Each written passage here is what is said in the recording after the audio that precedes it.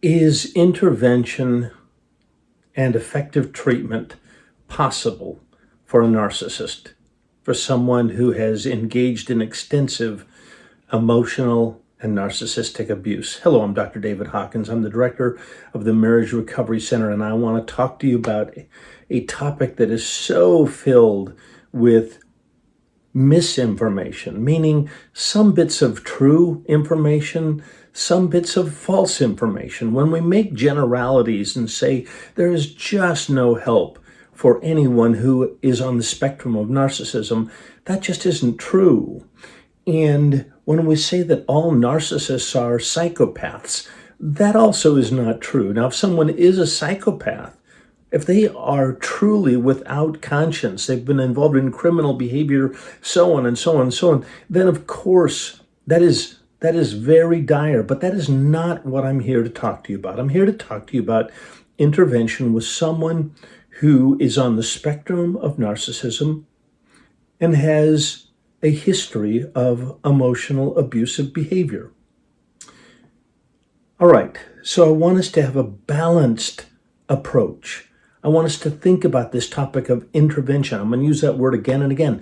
Intervention, intervention, intervention. Because if no intervention has been done, no specific strategic intervention, then I don't know how we can really talk about this and talk about whether he is capable of change.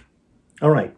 I'm asked this question all the time. Is he capable of change? Is there any hope really and help really available? There is help available and there is hope, but we have to answer certain questions. And I want to lead you through those questions. So, and each one, you'll answer these questions, and then that's going to help you arrive at what the next best step might be. Number one, how deeply entrenched and pervasive are these narcissistic traits? So when you look at NPD, it's very possible that the man in your life does not have NPD, but he has narcissistic traits and he's on the spectrum of narcissism.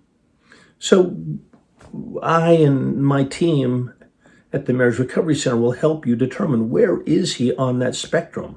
How severe, how pervasive are these entrenched patterns? Number two, does he show any level of attachment to you? Many of the men that I'm working with do show some attachment. Empathy? I get you. Not so much. But empathy can be learned. We know that. Research shows that. But how deep is his attachment to you? How deeply attached is he to the family? How deeply attached is he to his lifestyle? Because that's what we're going to disrupt. Number three, does he show any remorse or guilt for his behavior? Does he take any responsibility for his actions? Narcissism has been called a responsibility disorder. And so we do long and extensive work on cultivating acceptance of responsibility. Number four, has any significant effort been made to intervene with a narcissistic man? A skilled, specific intervention. Number five, if so, what effort? What exactly was the intervention? So many people tell me, oh yes, I've done an intervention, and I listen to them, and it really wasn't an intervention. It hasn't been an intervention. There's got to be a decisive, skill-based intervention with consequences and so on. Number six, how successful was the intervention? And how was the narcissist held accountable for true character change? Lundy Bancroft helps us out with that, gives all of those behaviors that we can determine. How is he changing? To what extent has he changed? Number seven, if there was a significant intervention with professional treatment that included strict accountability, all those pieces are so important. What was the outcome? Number eight, if no significant intervention has been done to date, are you, the victim of narcissistic and emotional abuse, willing to initiate that intervention Will you have the support necessary to do that? And we will help you do that.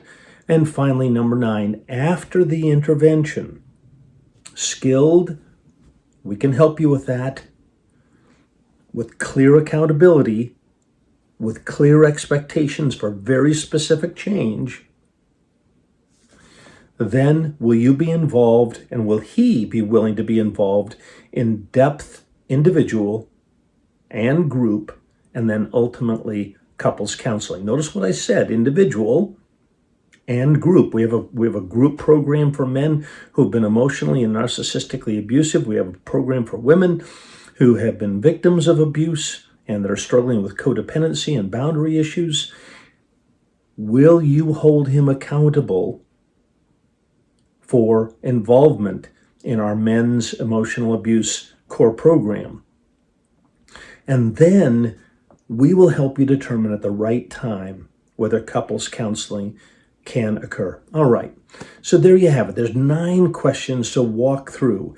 Let's not just say all narcissists are psychopaths and they can't be treated. Some are, some can't be treated, but many are on the spectrum and can be treated. We will help you make those decisions. We will help you walk through what treatment looks like. We will help you consider whether or not you can heal together, individually, in your own groups, and then ultimately in couples work. And then can the relationship be restored? Can 2 healthy individuals come back together again and have a healthy marriage? We would love to help you make these decisions and make a good decision for yourself and for your mate. All right. I'm Dr. David Hawkins, and I hope you found this helpful. And please subscribe to our YouTube channel for more videos like this one. Take care. God bless.